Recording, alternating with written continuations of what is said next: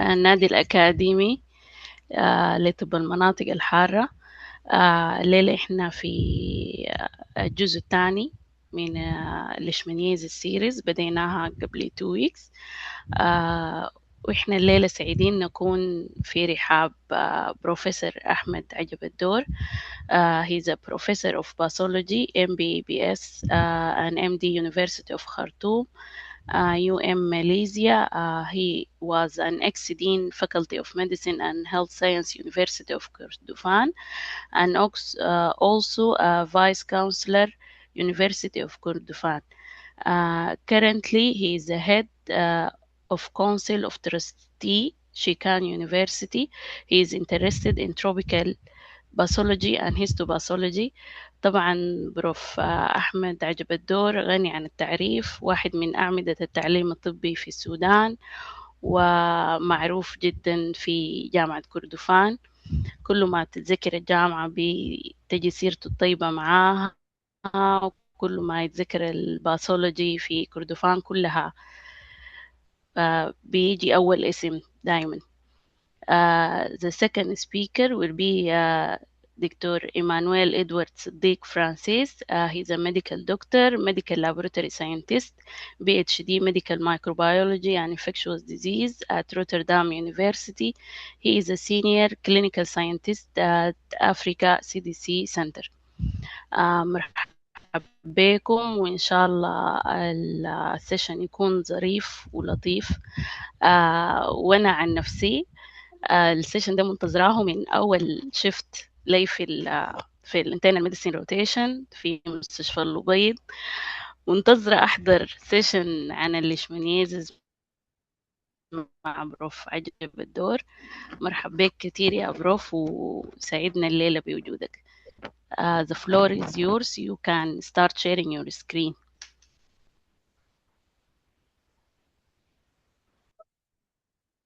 شكرا جزيلا دكتور ريان. I hope can you hear me? Yes, we hear you very clear. Okay.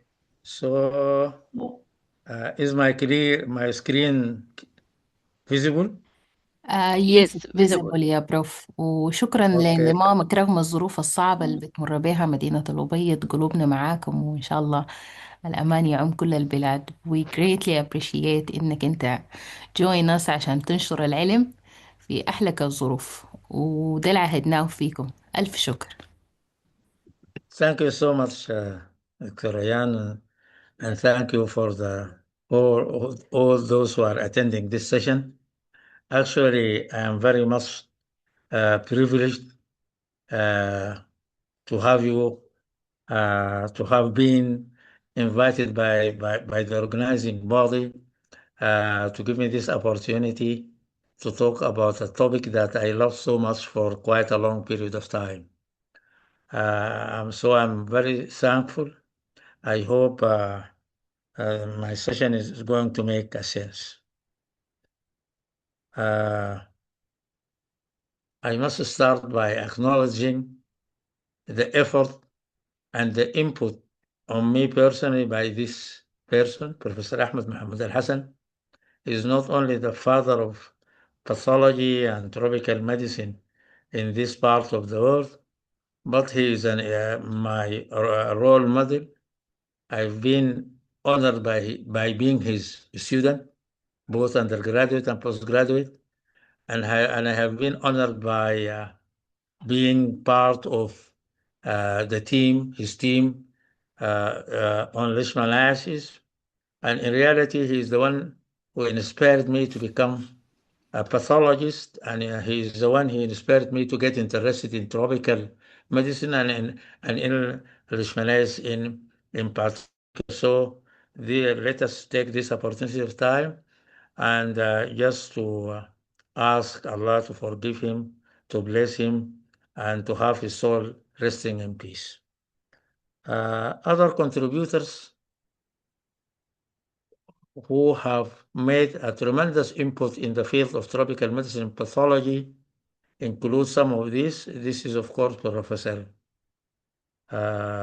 you know Professor Khalil, Tahir Awad Qasim Khalil. And this is Professor Ahmed Mudawi Musa, who is currently the Minister of Higher Education and Scientific Research. And also, they have a tremendous input in this field. This is an old photo where we are doing some research in the area of Western Nuer, where this a focus in 90s of the last century with the help and support of Professor Ahmed Mohammed Hassan and other contributors.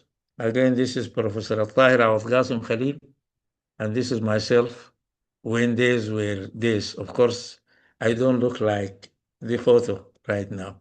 This is probably 20 years ago or so. In reality, some of the slides I'm going to show are Professor Ahmed Mohammed Hassan's slides, including this one. Forms of leishmaniasis in Sudan. This include visceral leishmaniasis or Kala-Azar, which is caused by Leishmania donovani. Post-Kala-Azar dermal leishmaniasis, also Leishmania donovani. Post-Kala-Azar anterior uveitis, L. donovani as well. Mucosal leishmaniasis, L. donovani, and zoonotic cutaneous leishmaniasis, mainly caused by L. major. So if we look into the causative agents, we will see Leishmania donovani is the major causative agent of different types of leishmaniasis we see in Sudan.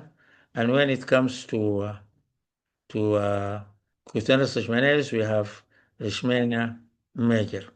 It is of note to show that mucosal leishmaniasis is a Sudanese brand, was first described by Professor Ahmed Mohammed Hassan, and most of the cases reported globally are also reported by Professor Ahmed Mohammed Hassan. I just wanted to say, because in the last session, I heard that mucocutaneous is seen in part of Sudan. I don't think so.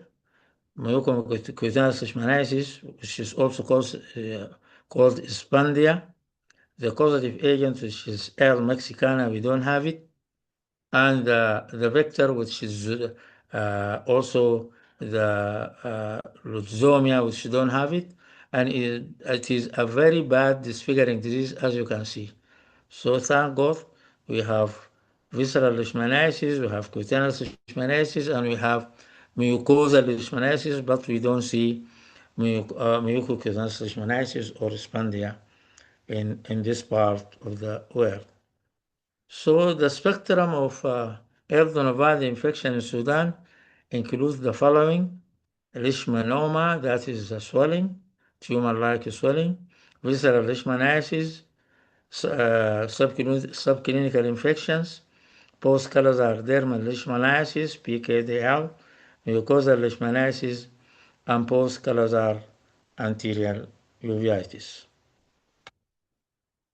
When it comes to the pathology, the parasite itself is not known to be a toxin producer, and therefore the pathology is mainly due to host reaction to the presence of the host. And the clinical features and the different types of presentation seen are merely the outcome of the cytokines, other immune responses, and other inflammatory mediators that are released as a result of the presence of the parasite in the victim's body. When it comes to clinical presentation, it's either subclinical or clinical. Subclinical presentation or inapparent infection, in reality, this is the vast majority seen in endemic areas. It might amount up to 90% of infection will just end up subclinical. And some of the minority are the ones that present to us to hospital as patients. This is mainly dependent on how our body or the patient's body respond to infection. mainly depending on the type of T cell response. There are two pathways. This is either Th1 type of response or Th2 type of response. If the immune system of the patient reacted or responded by this T helper 1, so these are the cytokines produced, mainly IL-2, interferon gamma, and tumor necrosis factor. And at the end result of these cytokines, they are going to activate the cell-mediated immunity. We all know that leishmaniasis or leishmania is intracellular parasite, and therefore it is the cell-mediated immunity that is responsible for the control of the infection and killing of the parasite. So if our patient responded by Th1 type response, is going to produce IL-1, interferon gamma, and tumor necrosis factor, is going to have a good cell-mediated immunity, and then the infection is going to be contained, and it's going to end subclinically without having this victim coming to the hospital. On the other hand, if the responses by T helper 2, then we see that an array of other different cytokines, IL-4, IL-5, IL-6, IL-10, IL-12, and IL-13. These, on the other hand, are going to activate the antibody-mediated arm of immune system with production of abundance of antibodies. But these antibodies are helpless because our parasite is intracellular, so it's not going to be effective. And not only that, some of these cytokines, as we shall see, are going to downregulate the cell-mediated immunity, and these are the type of patients who are going to develop the disease, and these are the type we see in hospitals.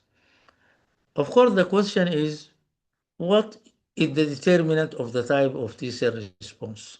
Why some people respond by Th1 type of response, while others respond by Th2 type of response? This is genetically determined.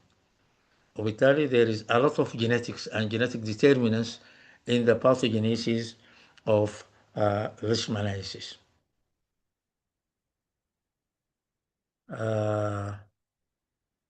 This is mainly the case we see in visceral leishmaniasis in contradistinction to cutaneous leishmaniasis. While these IL-4, IL-5, IL-6, and these are directly related to the causation and pathogenesis of the disease. IL-4 and IL-5 as we have said, they are going to stimulate the B cell type of response, the humoral arm, with very high levels of antibodies IgG and IgM, which are of no value in clearing the infection. IL-10 in particular is a major determinant of pathogenesis simply because it inhibits interferon gamma, and interferon gamma is the main activator of macrophages to produce the set of Th2 type response cytokines and to contain the infection. IL-10 also downregulates antigen presentation, property of macrophages, and is going to downregulate metabolic events needed by macrophages to produce energy to kill the parasite. IL-12 is equally important. It's another important cytokine in visceral leishmaniasis. It interacts with natural killer cells and plays a central role in the maintenance of Th1 type response. Okay, when we come to the clinical presentations, male to female ratio is almost the same, equal, but in endemic areas, visceral leishmaniasis is a disease of children. It's mainly affecting children. However, in newly discovered areas like when we discovered the Western wear focus, all age groups are affected.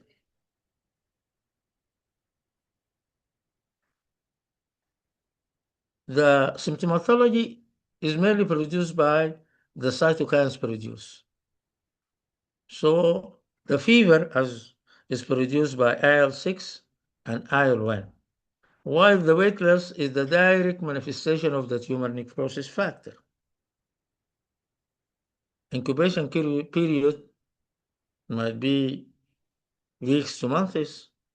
Generally, it is few months in duration, but it can be as short as 10 days or long as 1 year. There are a number of symptomatology and there are a number of mimics as we shall come to see.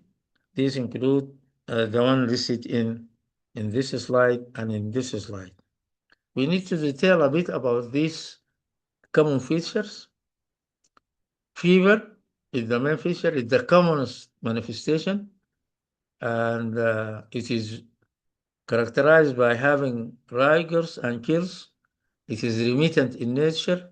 It is irregular, but in most of the time, it has double peak per day. So it has two peaks per day.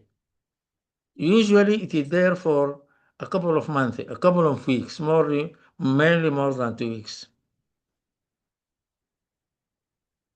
Weight loss is very characteristic. And paradoxically, these patients are having normal appetite or even good appetite. They are having fever, they are having weight loss, while they are maintaining this appetite. This in reality has led to one of the local names for this disease, which is al-Hummam Gadah. Hummam Gadah means a patient is febrile, he's eating out his Gadah, but he is not putting weight. As we mentioned, this weight loss is mainly due to this cytokine, tumor necrosis factor. Enlarged spleen and liver, characteristic, there is huge splenomegaly. Visceral leishmaniasis is one of the causes of huge splenomegaly, and therefore when we come to differential diagnosis, all causes of huge splenomegaly are in reality differential diagnosis of visceral leishmaniasis. This photo, you can see this severe debilitation, weight loss, and enlarged spleen. Another photo. The combination of weight loss and enlarged spleen has led to a characteristic habitus of the disease. People are having protruding abdomen with weight loss. And sometimes lay people attribute this protruding abdomen to ascites. So a disease with protruding abdomen, with ascites, with weight loss, with fever, this has led to one of the common local names of the disease, which is Marad al-Said. When they say Marad al-Said, they mean these features: protruding abdomen, ascites, weight loss, and fever. This is spleen, huge spleen. And again, this is splenomegaly and hepatomegaly as well. These are in reality the black dots-like things you see here are actually, these are the parasites in the liver. The parasites can also be detected in the liver. Okay, when it comes to lymphadenopathy, if you go to literature, particularly in Asian and other countries, generalized lymphadenopathy is a feature of visceral leishmaniasis. Paradoxically, this is not the case in our patients in Sudan. Lymphadenopathy is not a common feature. And when it does occur, usually it's seen in the epitrochlear group of lymph nodes rather than the cervical, inguinal, and and other types. So presence of fever with enlarged epitrochlear lymph nodes is one of the characteristic features of our patients. We all know visceral leishmaniasis is disease of viscera. These are internal organs. And these viscera are the reticuloendothelial system. One of them, already we have seen the manifestation in the liver, manifestation in the spleen, manifestation in lymph nodes. They enlarge. This is because of just hyperplasia, reactive hyperplasia, increased function. But when it comes to bone marrow, the outcome is a bit different. So there is bone marrow failure. And this is going to be evident in form of anemia. So these patients are anemic and they have all the clinical manifestations of anemia like pallor, palpitation, easy fatigability, and these things. On the other hand, there is bleeding tendency resulting from the thrombocytopenia of bone marrow failure. So these patients might present with bleeding features like epistaxis, bleeding gums, ecchymosis, petechiae, and these things. And the other thing is neutropenia, and the patients might present with recurrent infection. In reality, both cell-mediated immunity and antibody-mediated immunity are compromised. And therefore, we see recurrent infections due to neutropenia like pneumonia and other bacterial infections, and also recurrent infections that are normally controlled by cell-mediated immunity like viral infections, some parasitic infections, and even fungal infection. Of course, the presence of these infections, whether they are bacterial or viral, are going to complicate the clinical feature and are going to make life difficult when it comes to symptomatology and diagnosis. There are other features. Discoloration of skin is not very evident in our case, except when it comes to post-callus dermal leishmaniasis. We don't have this hyperpigmentation. Hyperpigmentation is common in other countries like India. And this is why the disease there was given local names, local Indian names. One of them is Kalazar, which means the black disease or the black fever, because it causes discoloration of skin. Of course, it has other local names like dum-dum fever and these things. Generalized weakness because of loss of weight, because of anemia, because of chronic inflammatory condition, and because of the array of cytokines produced. One of the features peculiar to our patients in Sudan is peripheral neuropathy, which is not very much reported in other literature, in other countries. So peripheral neuropathy, these patients might just come complaining of burning feet, tingling sensations, and these things. Pedal edema is not very common. However, you can see GIT symptoms, nausea, vomiting, diarrhea, and constipation. Mastitis is not seen very much. The other manifestation of visceral leishmaniasis is post-callus dermal leishmaniasis. Post-callus dermal leishmaniasis is a known complication of visceral leishmaniasis, and usually it complicates treatment. It follows treatment. Usually it follows successful treatment. The early explanation was, as a result of treatment, the general immune status of the patient improves, and the immune system is going to push the parasite to the periphery. Instead of residing in the viscera, it's going to go to the periphery of the body, which is the skin. So it's a sort of marginalization of the parasite as a result of the improvement in the immune status of the patients brought about by treatment.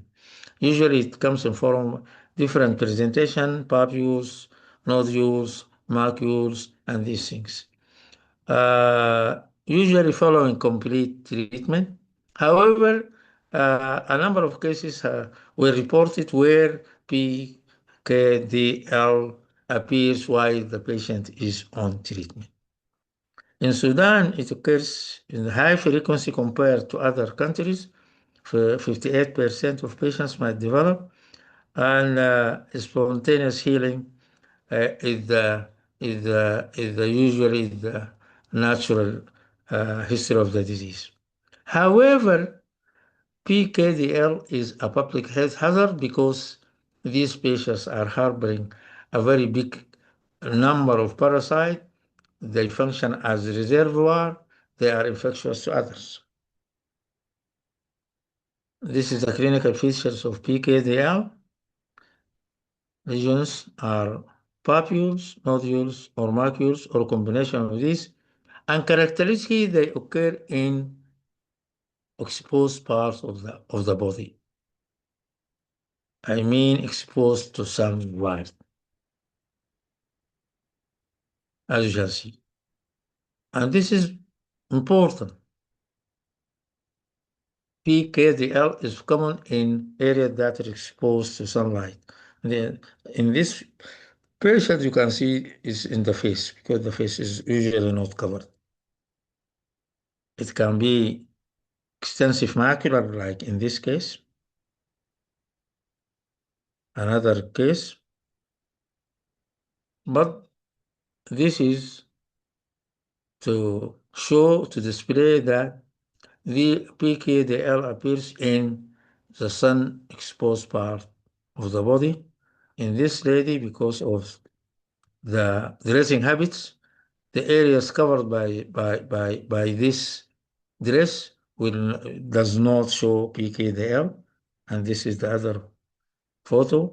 When we take this out, you see these macules or papules are only confined to the area that are exposed to sunlight. In children who in areas who often go naked, you can see the PKDL all over the body. And it has been proven that the ultraviolet light, they cause immunomodulation. They cause down regulation of the immune system, and this will allow the parasite to live in these macules or vesicles. And this is brought out by these factors. So the sunlight, the ultraviolet light of the sun, directly to affect the immune status in the area affected by the light, will lead to immunodepression and development of PKDL. Another proof to this is that immunotherapy patients with PKL treated with immunotherapy, they show a remarkable response. Yeah, in this patient, this is our photo before immunotherapy, and this is the photo after immunotherapy, a tremendous change. This one again, receiving immunotherapy, this change, immunotherapy, and this change.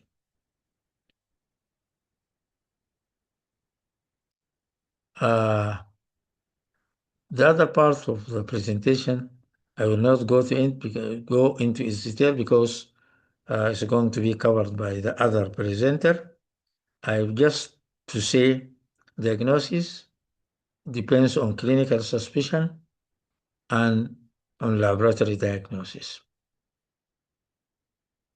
Clinically, visceral leishmaniasis is to be suspected in any patient with a fever of more than 2 weeks duration, not responding to anti-malarial or antibacterial agents.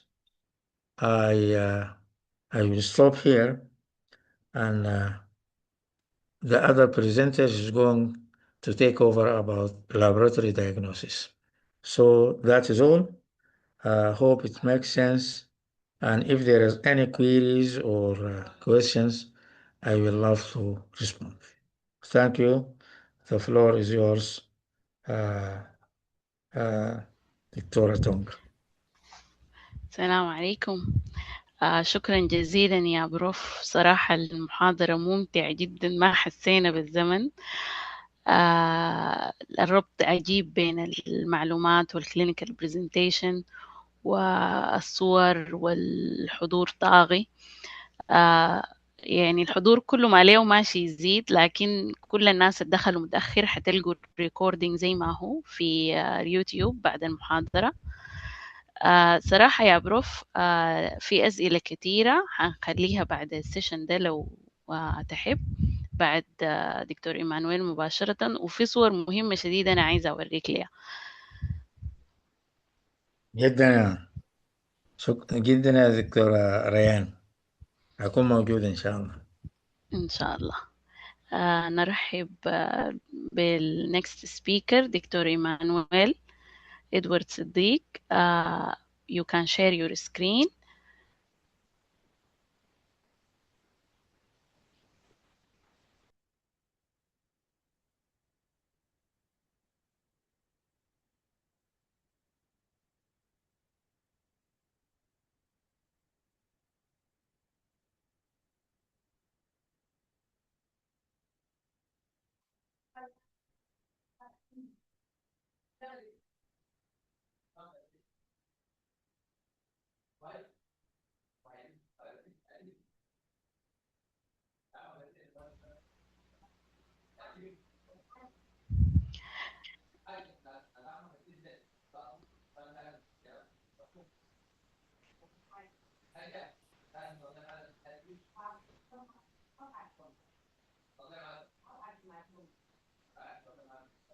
دكتور إيمانويل، are you with us؟ السلام عليكم دكتورة، كيف تمام؟ أي بس عندي وعليكم. مشكلة لكن هسه بحلها. هاي ما قادر أعمل الشير بالتلفون، لكن هخش باللابتوب كويس. أوكي، ما في مشكلة.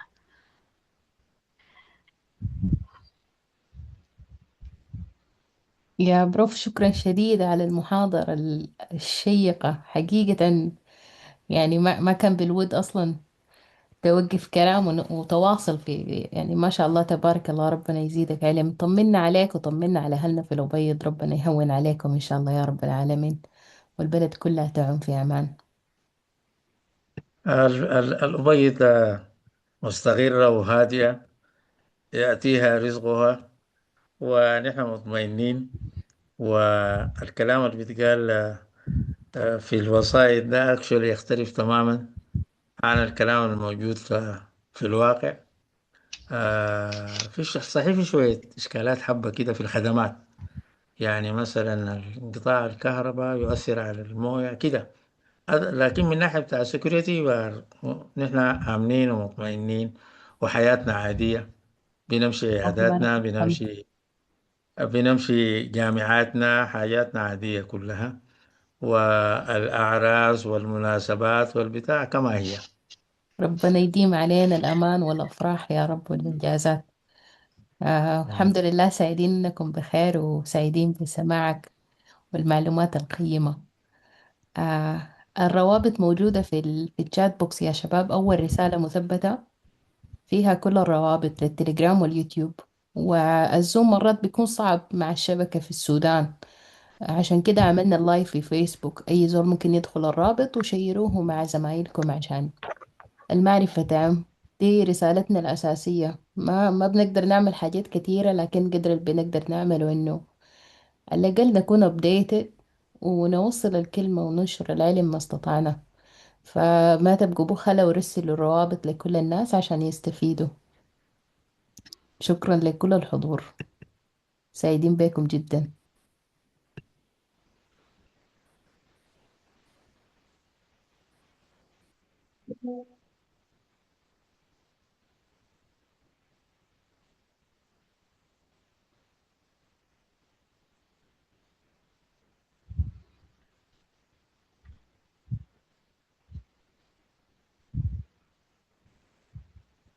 طيب، للناس الجداد لحد ما دكتور إيمانويل يحل المشكلة التقنية، نعرفكم بالنادي الأكاديمي.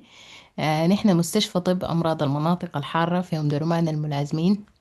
المستشفى تأسست سنة 1974، ومن وقتها هي سنتر للأمراض المستوطنة، وبكولابوريشن مع جهات كثيرة: وزارة الصحة الاتحادية، وزارة الصحة الخرطوم، ومعهد الأمراض المستوطنة. والمستشفى شغالة نستقبل كل الحالات، أي زول عنده كيس difficult في ولاية الخرطوم أو حتى من برا ولاية الخرطوم، feel free إنه to refer.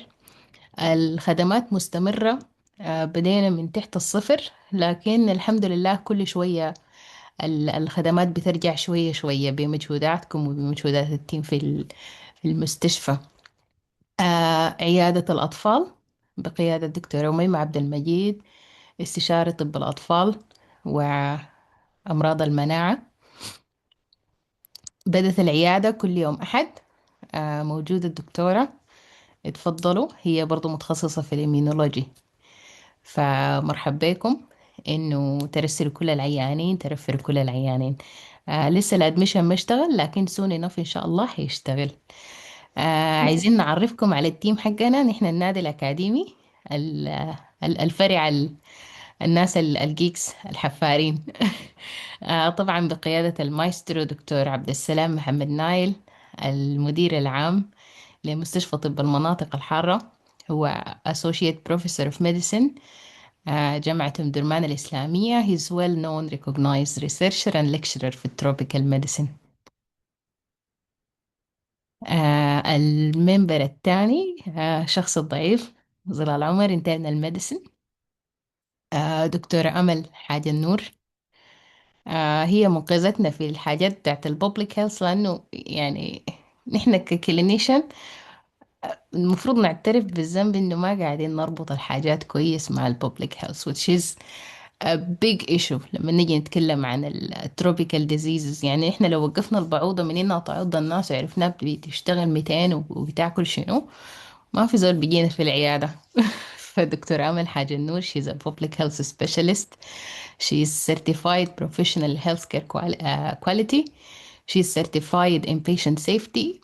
وشي served as former general director من 2020 لحد ما الحرب بدت، وسعيدين بيها جدا. دايما she guide us through ال public health. لؤي. لؤي is a very important member of the team. هو جي بي and surgical resident، لكن مهتم جدا بالpublic health advocate، وعنده contributions كبيرة في نشر المعرفة والتوعية المجتمعية is big thing for him.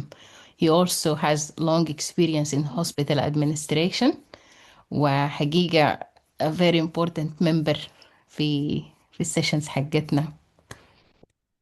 ريونا صاحبتي ودفعتي، دكتور ريان علي تونجا specialist internal medicine. She's a master degree in tropical and infectious diseases، وشي served in admin position، كانت الميديكال دايركتور of the hospital. ريونا عندها علاقات كثيرة مع التروبيكال ومع السبيكرز، ف we can't be without you يا ريان. shout out.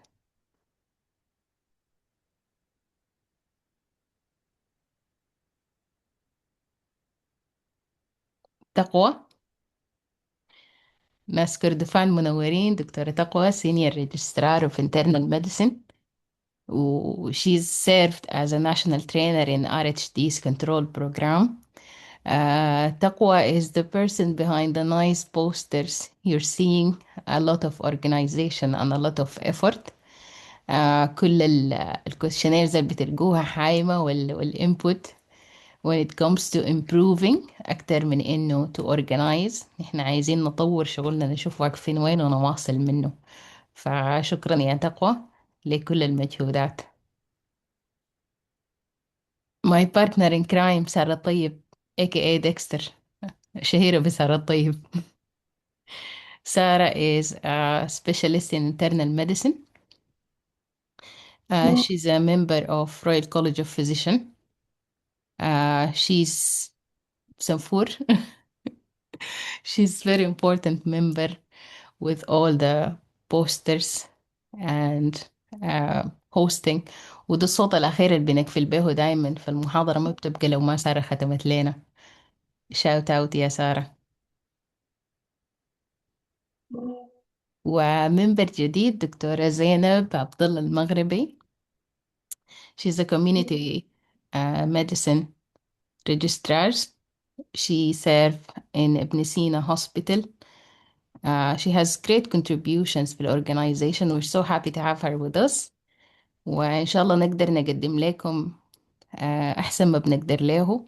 إذا عندكم أي كومنت ممكن تساعدنا إنه نحسن الشغل. إذا في أي حاجة صح أو غلط ورونا الصح وورونا الغلط برضو عشان نصلحه، والصح عشان نحسنه أكتر. دكتور إيمانويل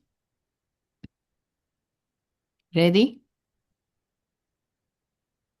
أيوة، بس أنا بنقل في البرزنتيشن بتاعه عشان أقدر أفتحه. تمام. دكتور سموال laboratory scientist وكان معانا في الملاريا willing to have a lot of collaboration. اتفضل، مداخلة سريعة جدا عشان نبدأ المحاضرة.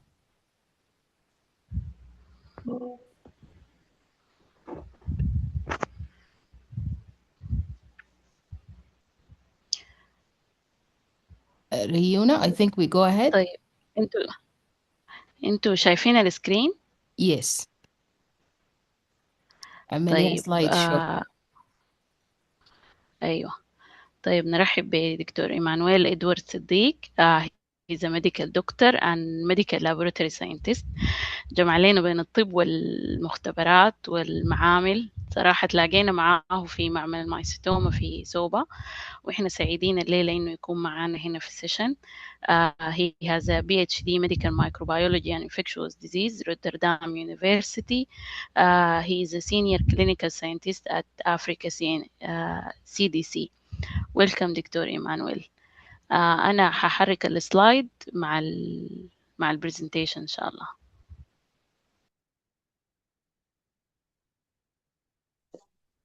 تمام. اوكي.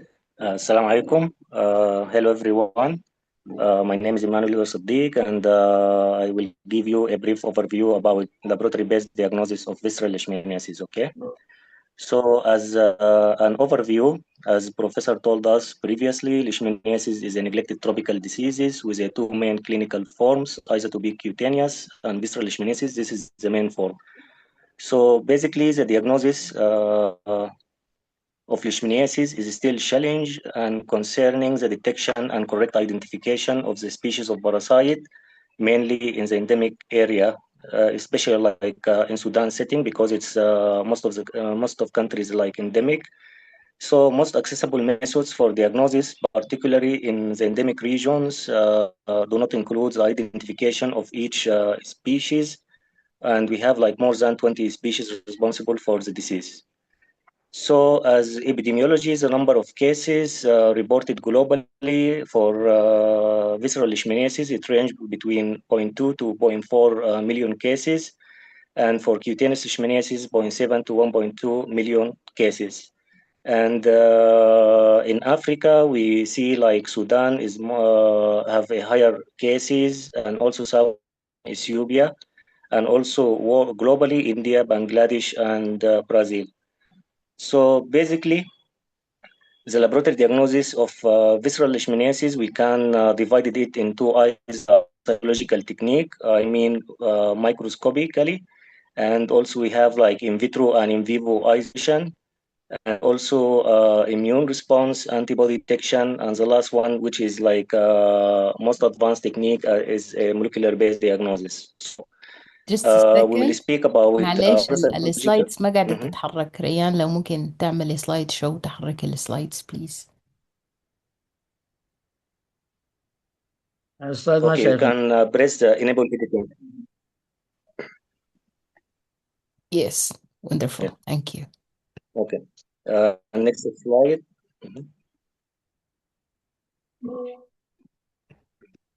You stopped sharing your screen.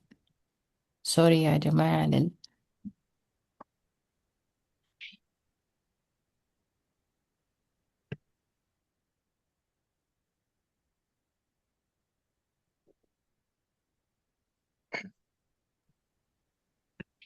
Rayan, if you can kindly share your slides.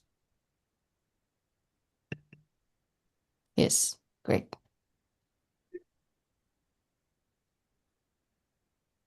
Yeah, perfect. Okay.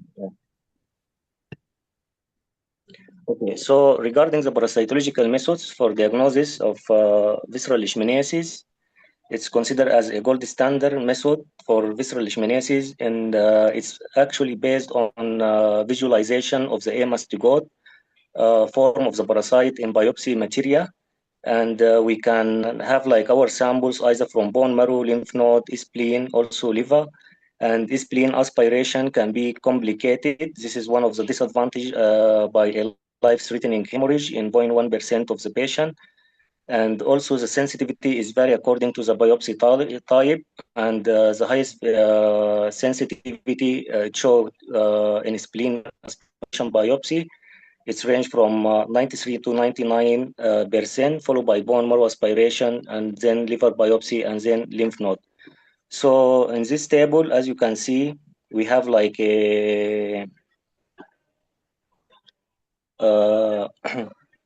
comparison between a different tissue biopsy and the sensitivity and specificity of each method, okay? So for microscopical examination, yeah, next slide.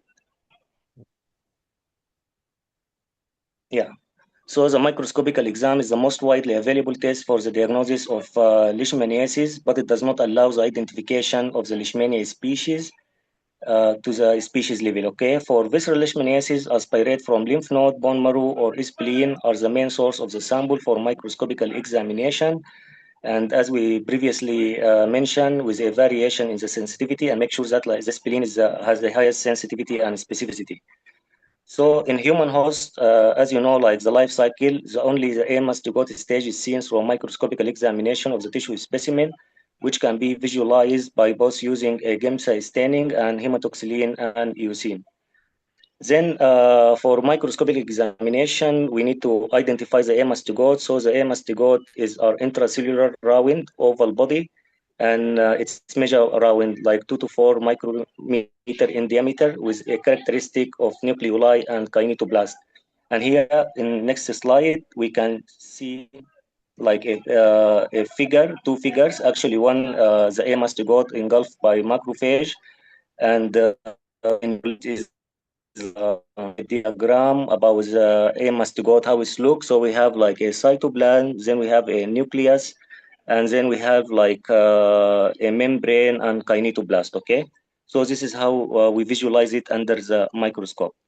So also we will continue with parasitological method or microscopical based technique. We have like in vitro cultivation of leishmania. And this one is an alternative technique, and this yield a higher sensitivity through direct examination, and it's used part of the biopsy material for inoculation in the culture medium, although this is rarely used in routine clinical setting. So isolation followed by in vitro cultivation is useful for confirmation of leishmania infection. Actually, it's used for identification of the species level, okay?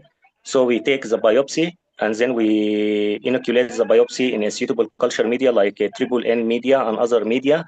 And then after we have like a growth between 3 to 5 days, then we take this inoculum, and then we do DNA extraction, and then we can run PCR for molecular identification. That's why we cannot use it like it's in routine setting, okay, just for research purposes. Then the third microscopical technique is like the inoculation of leishmania in experimental animals. Please, next slide. Yeah. So this method is consist of inoculation of parasite obtained from biological sample from the patient into the foot pad or nose or tail based on the mice for clinical leishmaniasis and also for visceral leishmaniasis. And this procedure it's used only just for research purposes, like we need to identify like a marker for the stages of the disease and also for studying the progression of the disease and also the therapeutical purposes, okay? So this is like we have a two, the in vivo and also the in vitro inoculation. This is like for research purposes more than routine setting. the routine setting, it's like identification of the mastigot using a microscopical. So then we have also for microscopical examination or parasitological diagnosis of visceral leishmaniasis, we have a xenodiagnosis. And basically, xenodiagnosis is a method that uses the insect vector of the pathogen as a culture media for the detection of infection in mammal host or the patient. And we have two types of xenodiagnosis, either to be direct or indirect. So the direct xenodiagnosis, so as you can see in the figure, first of all, we have like how it works. We have like the vector of visceral leishmaniasis, like sandfly, and it's also free from the infection. And then we allow it like to feed in the animal or human subject to have like leishmania. And then after the feeding, we dissected the sandfly, and then we look for the bromastigot. And also this one also is very good for identification to the species level because we can run a BCR, another molecular based technique. And the second method is like indirect xenodiagnosis. Here the sandfly are not placed in the patient skin. Instead, they are allowed to feed on the sample of the patient, so we can reduce the hypersensitivity reaction. And just like the direct methods, the flies are checked after a few days to see if the ingested blood resulted in parasite establishment within their gut. Okay, so basically, let's take it as a rule for the parasitological diagnosis. We have a four parasitological diagnosis. The first one is microscopically evaluation for the mastigot. And the second one and third and the fourth one is like in vivo, in vitro, and also we have the xenodiagnosis. The three last one is like just for research purposes, and the first one, this is the most commonly used in routine setting. Okay, then we have another arm for diagnosis of visceral leishmaniasis. We have a lot of molecular based technique which has been now implemented for diagnosis of visceral leishmaniasis. And we have a lot of techniques. The polymerase chain reaction. So we have a conventional BCR methods, and also we have a qBCR method, like real-time BCR methods. And also we can use a DNA sequencing and also multi-locus sequencing and whole genome sequencing technique. In the field setting, it's best like to use BCR conventional method like qBCR technique. And currently the WHO like working like to establish for cutaneous leishmaniasis a portable platform for diagnosis of cutaneous leishmaniasis using the qBCR technique. So regarding the molecular-based techniques, the BCR-based method, there, as we already mentioned, several BCR-based methods has been established, and it shows like a level of sensitivity is high for detection of Leishmania species. Then the main advantages of BCR-based approach is that they do not require parasite cultivation and may be directly applied to clinical samples, so we reduce like the turnaround time. And also BCR-based technique are based on the coding or non-coding region for nuclear or mitochondrial genome of the parasite. Okay, then let's shift to immunological method for diagnosis of leishmaniasis. Yeah. So I think most of you is familiar with this one, is a Montenegro skin test, and it's used for almost a century. And this Montenegro skin test is based on a delay hypersensitivity response for a total antigen of Leishmania bromastigot. And it presents a high sensitivity and specificity ranging between 86 to 100% and more than 90% respectively, and being useful for epidemiological study. And for this test, the result can be determined after 48 to 72 hours post-injection, and positivity is confirmed if the end duration has a diameter higher than 5 millimeters at the inoculation site of the antigen. The most interesting thing is that the test is negative in patients with visceral leishmaniasis, and it's becoming a positive after successful treatment. So this is like something we can discuss later. And the major challenge for this test is its limitation in distinguish present from a previous infection, and its use being restricted to a people living in endemic area. And also the most important thing, it's negative in active Kala-Azar, but later become positive after 6 to 12 months. And this image show like how we can read. So we measure the end duration. If it's more than 5 millimeters, so this is like a positive after like 48 to 72 hours. Then another serological testing is the RK39. It's now commercially available as a rapid diagnostic test. And this one, the K39 protein, provides the basis for the development of RK39 rapid diagnostic test. And the result arrived between 10 to 20 minutes. So it's very rapid one in the form of a binary reading. So either we read it's like positive or negative. And its sensitivity, it depends on the setting, but it's estimated around 97% in India, and in Eastern Africa, it shows like 85% sensitivity. So the RK39 RDT is the most widely used tool and the first choice for decentralized diagnosis of visceral leishmaniasis in endemic area, but it cannot discriminate between, this is the most important thing, between current, subclinical, or a past infection. For visceral leishmaniasis patients, the sensitivity range for this test from 80% to 96.3% using a whole blood sample and serum, and 43 to 88% for oral fluid. So it's depend on the type of the specimen also to increase the sensitivity and the specificity. And most recently, the RK39 rapid diagnostic test was tested and evaluated in urine sample in India and Bangladesh, and it showed a sensitivity of 96 to 100% with and 95%. So it's excellent diagnostic performance of RK39 rapid diagnostic test was also shown with a saliva sample and in India and Tunisia.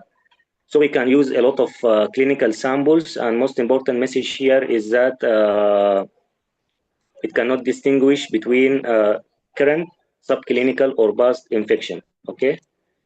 So next slide. Yeah.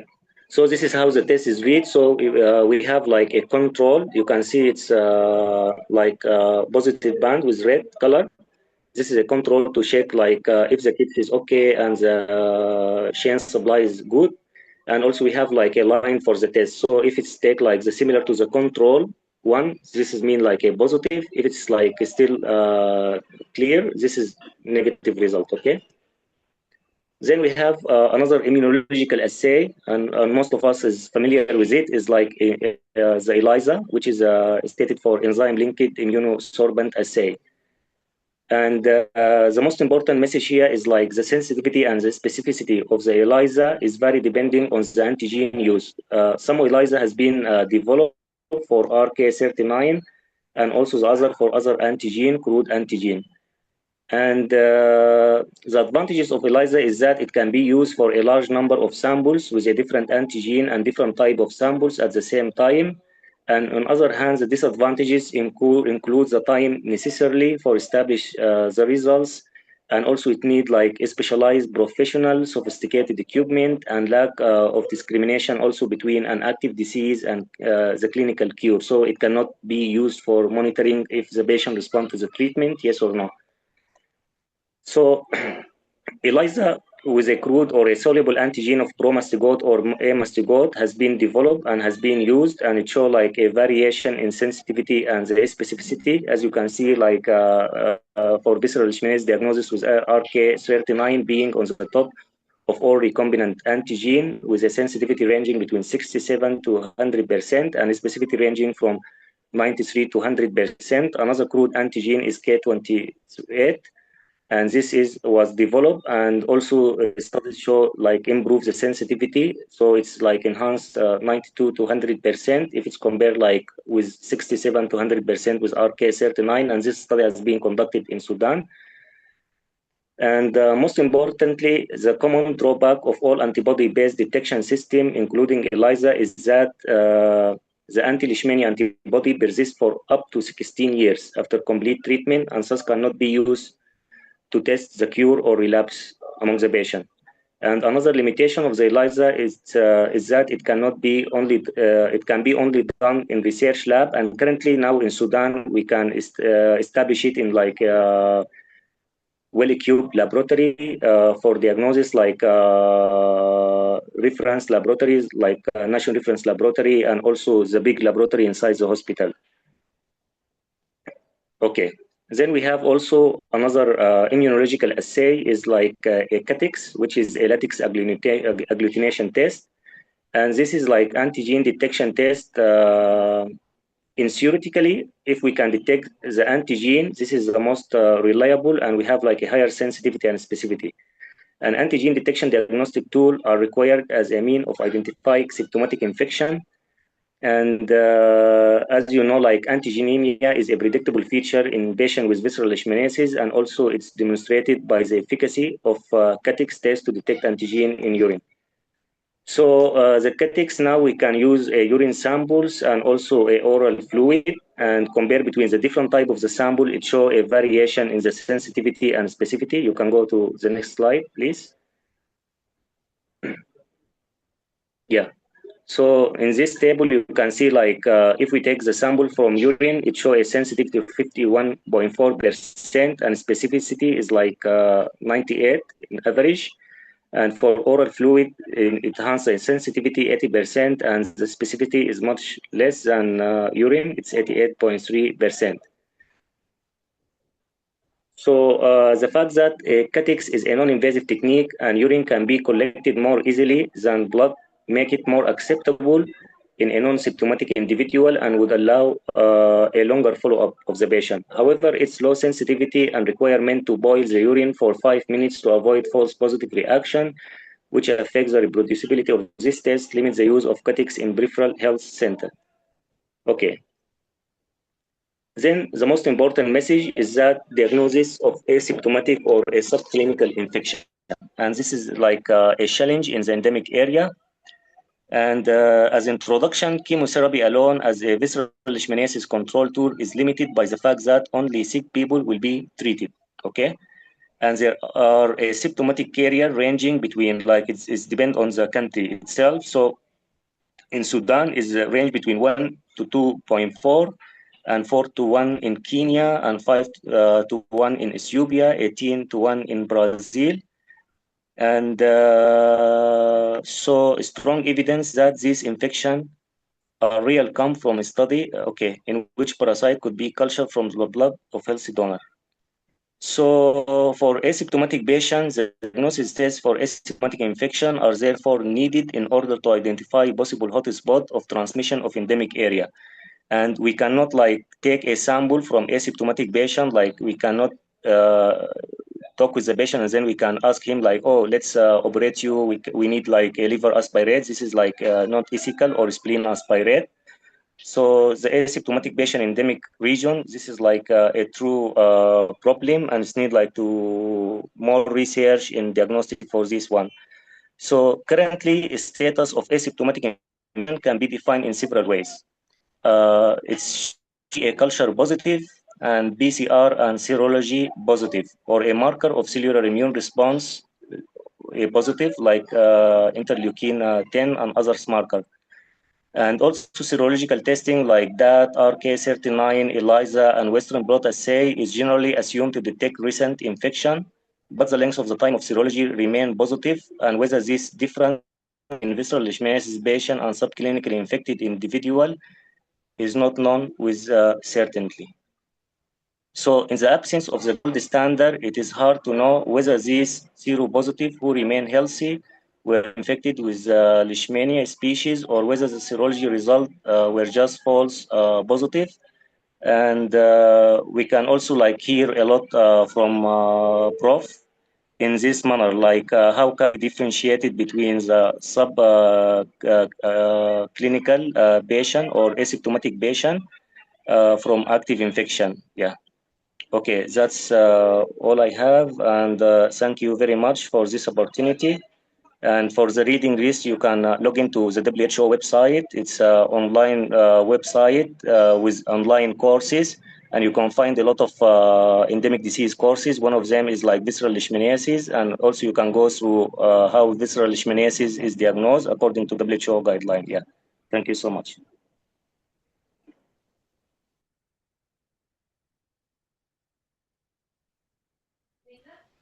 Thank you very much, Dr. Emanuel, for this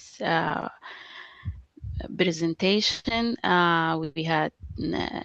We know a lot that diagnosis of visceral leishmaniasis is challenging, and we need a specimen from heart side like spleen, bone marrow, lymph node. All are painful procedure, so people move towards serological test in order to simplify the diagnosis. I just want to share the diagnostic algorithm of the visceral leishmaniasis according to our protocol here in Sudan. عشان ندي يا اخوانا الناس نبذة بسيطة كده عن انه البروتوكول عندنا في السودان. بعد عرفنا المعلومات الظريفة من يعني المعلومات القيمة من البروف ودكتور إيمانويل، دايرين نعمل سمري صغير في دياجرام واحد ونبدأ الأسئلة بعدها. بس allow me to share this.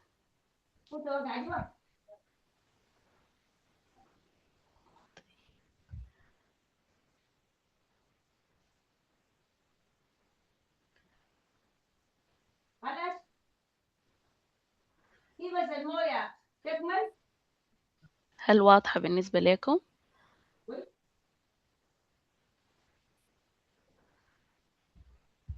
No, you're not sharing. I will try again.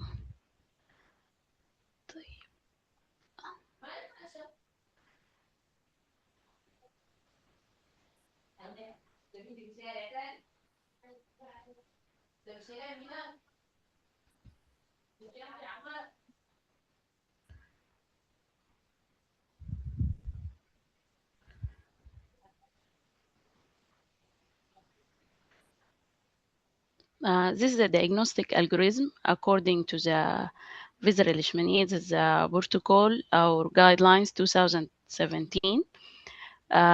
We start with a clinical suspect of visceral leishmaniasis case. We ask about previous treatment of visceral leishmaniasis. This is the first time to have symptoms and signs of visceral leishmaniasis, or this is a relapse case. In order to select in which pathway we should go with. If the patient has previous symptoms and signs of visceral leishmaniasis and previously diagnosed and treated with for visceral leishmaniasis, you can go for parasitological diagnosis. And as Dr. Emanuel said, that the antigen and the antibodies will remain positive for a long time in a serology. So we'll go with lymph node, bone marrow, or splenic aspirate, as in splenic aspirate is not done now technically. If it is positive, yes, it diagnosed as relapse. If it is negative, look for alternative diagnosis.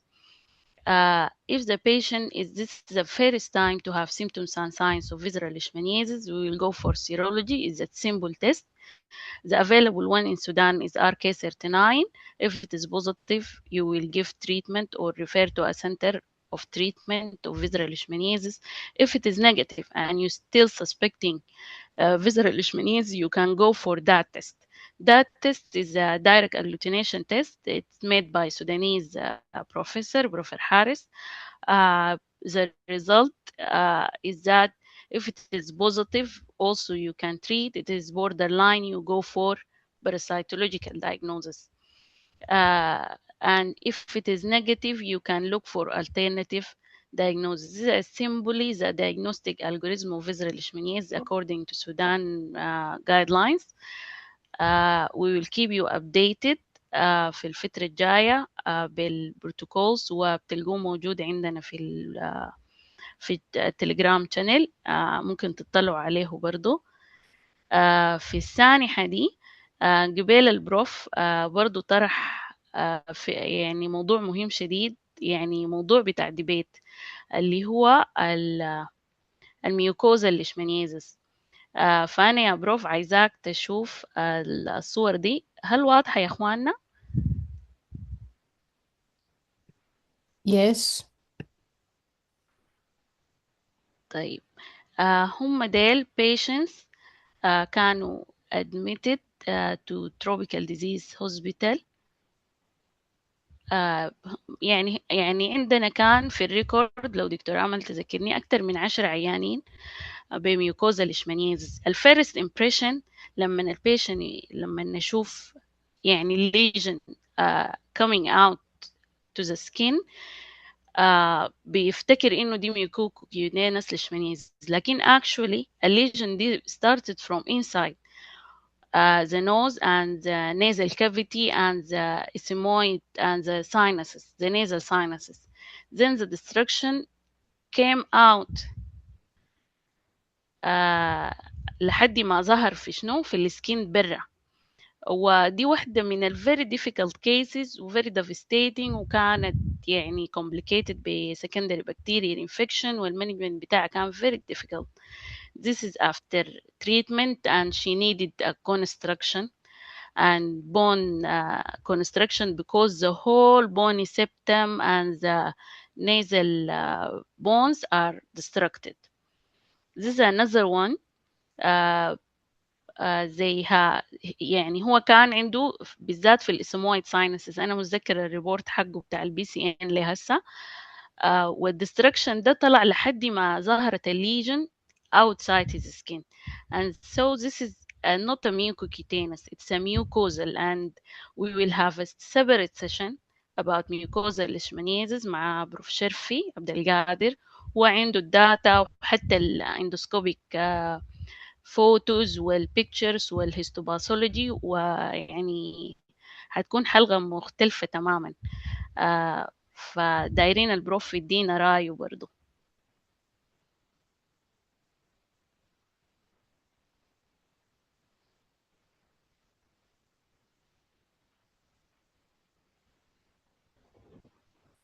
بروف أحمد معانا؟ شايفينه يا أخواننا في البرزنتيشن ولا هي left؟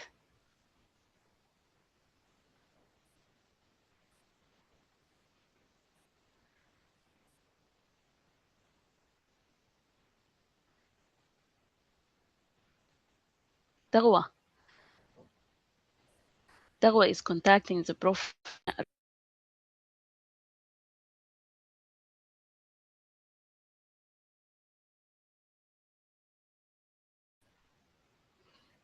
سلام. we will try to contact the prof. يمكن عنده مشكلة بسبب الشبكة. طبعا الوضع هناك ما معروف، الكهرباء، الشبكة كده. Someone with iPhone is raising his hand. You can unmute.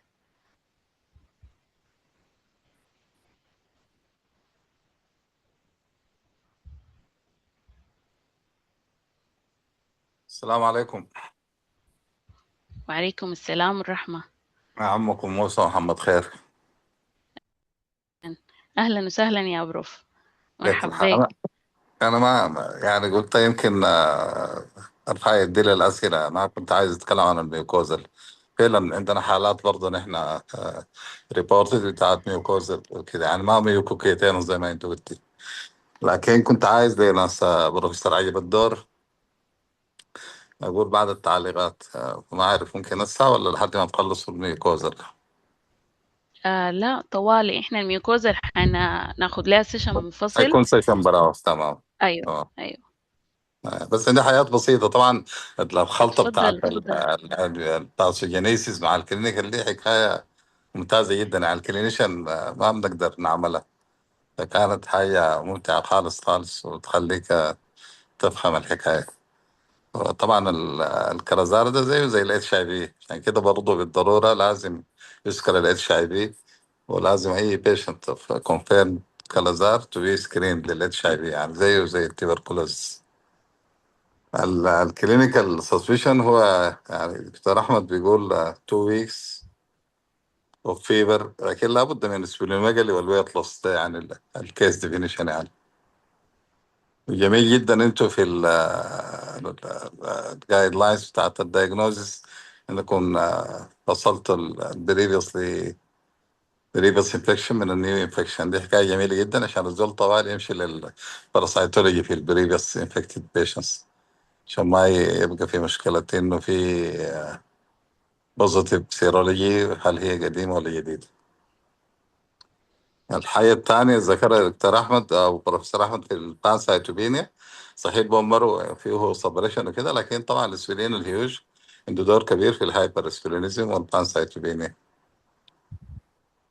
البوست كالازار في السودان بروفيسور أحمد سماه البارا كالازار ديرونيشونايز، لأنه مرات بيحصل حتى مع بداية التريتمنت ولا قبلها من زيرو، دي زيرو ممكن يبدأ، فسماه البارا كالازار ديرونيشونايز نفسها بي كي دي ال. الليمف نود اسبيريشن في السودان مهمة جدا، مرات لو شلت من تو سايتس اليد بتكون زي الليفر بايبسي ولا البومر بايبسي. البومر طبعا فيري بينفول وممكن تلتهي وكده، لكن البومر أهميته إذا كان أنت suspecting other disease زي البلد ديسوردرز وكده.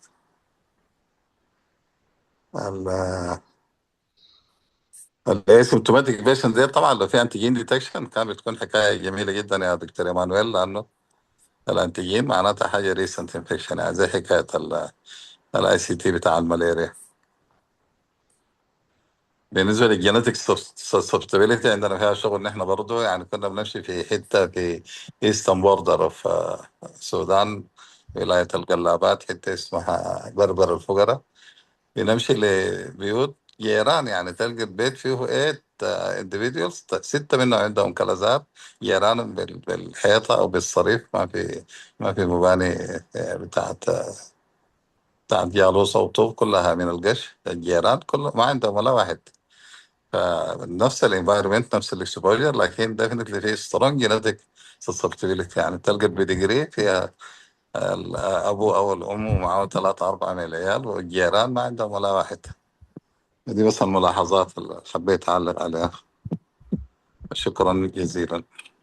شكرا جزيلا بروف موسى محمد خير على الملاحظات القيمة. وبروف أحمد عجب الدور رجع تاني، وممكن يفتح المايك ويشوف الأسئلة.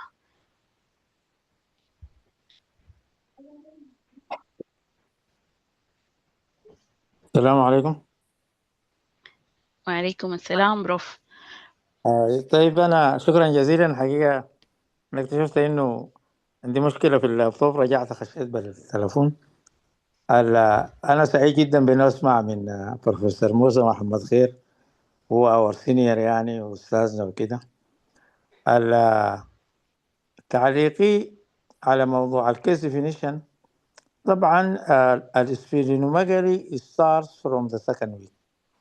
يعني in the first 2 weeks very hard أن السبلين تكون enlarged or detectable.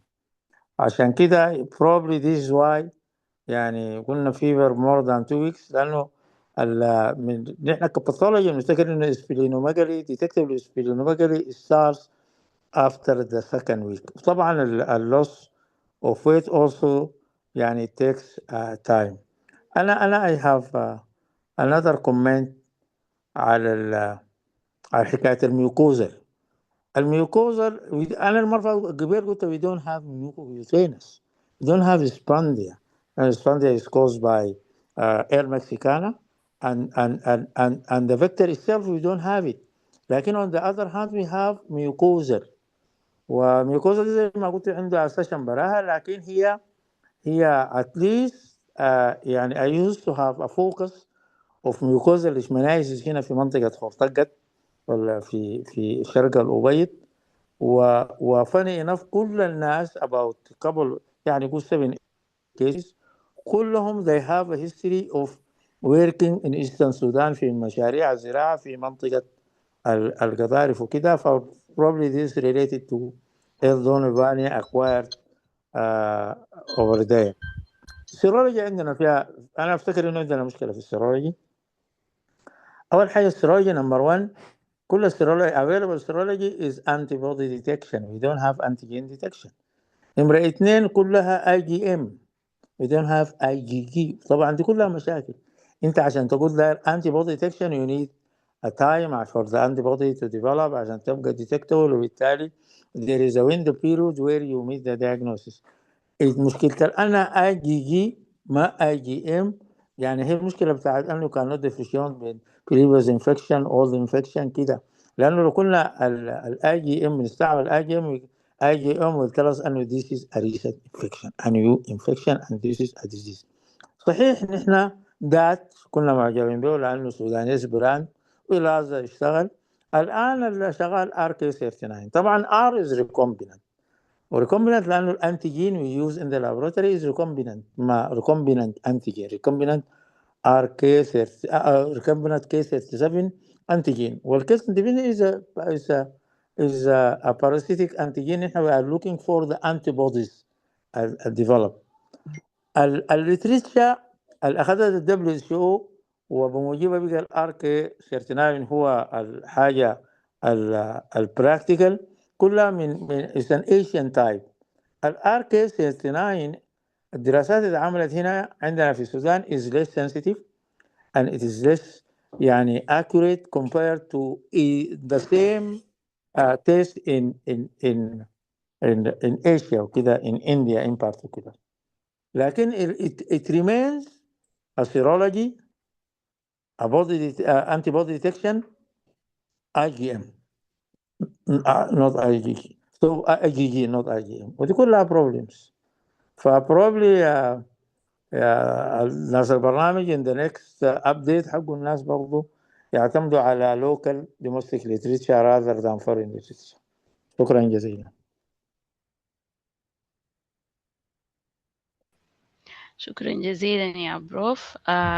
عندنا أسئلة في الشات بوكس هي قريبة من التوبيك اللي تناولته اللي هو يعني can we use RK39 as a survey surely in Sudan، وزي ما قلت إنه السنسيتيفيتي حقته أقل لكن هو available procedure. في سؤال تاني are any clinical feature or other diagnostic measure can help us to predict BKDL or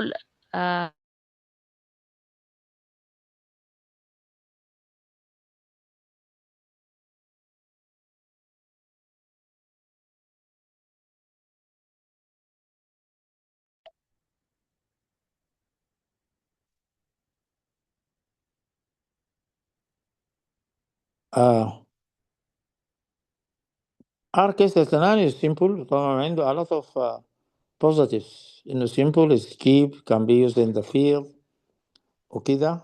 this is the لكن one we have question. yes regarding RK37 is used is يعني في السيرفي في الفيلد is an excellent tool. We have just to keep at the back of our minds the limitation of RK39. Still it's a serology, still it is antibody detection, still كل الحاجات اللي قلناها دي it has to be borne in mind. Predictors of PKDL ما أفتكر so far there are well-known predictors as to predict who is going to develop PKDL and who is not going to develop. I don't think there are, at least to my knowledge, there are no well-known predictors to predict يعني the patients who are going to develop PKDL. صح طبعا أنا شكرا دكتور موسى. PKDL during the treatment is called PKDL لكن not supposed parakalazar PKDL. صحيح.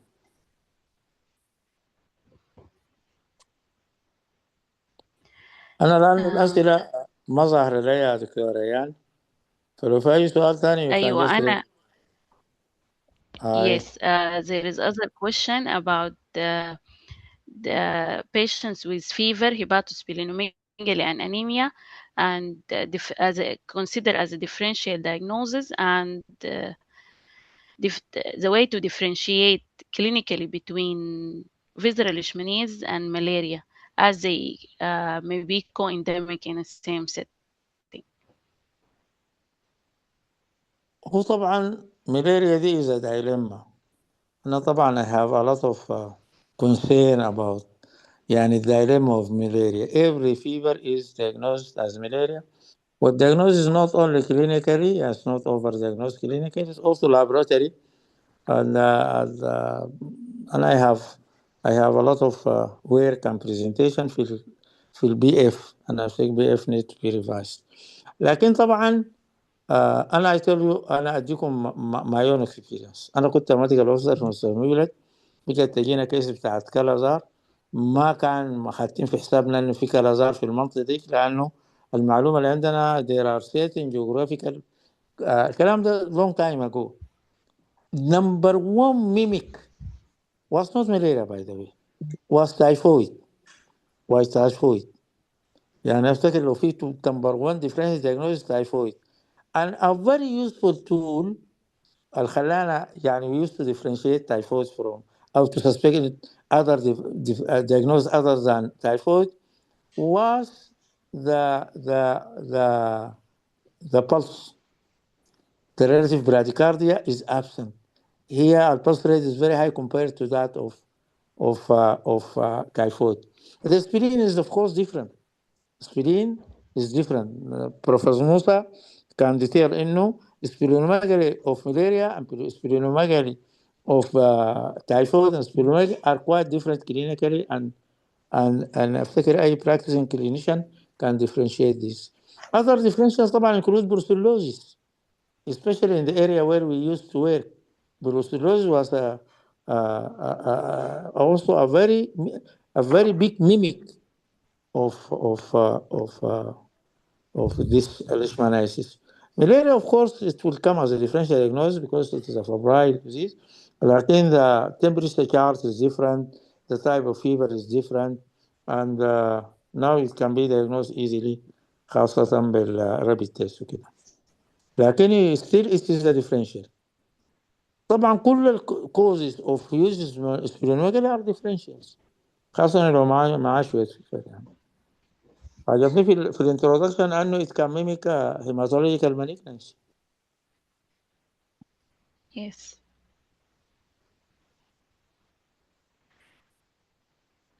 Yes, the other question is that are there any strain specificity in Sudan regarding clinical feature on the other aspects?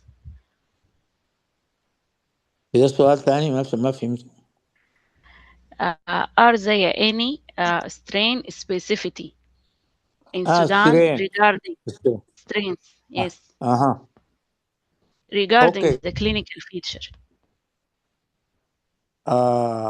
طبعا clinically differentiation is difficult. Laboratory wise is difficult. نحن what we see in the patient is the A mastocytic form, and you cannot morphologically all species, including species causing other types of leishmaniasis. Leishmaniasis like causing mucosal and these things or mucocutaneous كلها they give the same morphology. وبالتالي they are called LD bodies. يعني LD bodies cannot be differentiated. LD يعني A mastocytic of L donovani ولا L infantum ولا major ولا Ethiopica ولا Mexica, whatever they look the same. Morphology cannot differentiate. طيب they can be differentiated using isoenzymes. They have different isoenzymes وبالتالي they can be given numbers. There are 4 common strains معروفة عندنا في السودان. These are the strains causing visceral leishmaniasis in Sudan, and they are identified by their isoenzyme, and they are given number like M12, M42, MON يعني كده. For differentiation is only by isoenzymes. طبعا if you go molecular you can differentiate طبعا. لكن زي ما قال إيمانويل molecular testing is only for research purposes.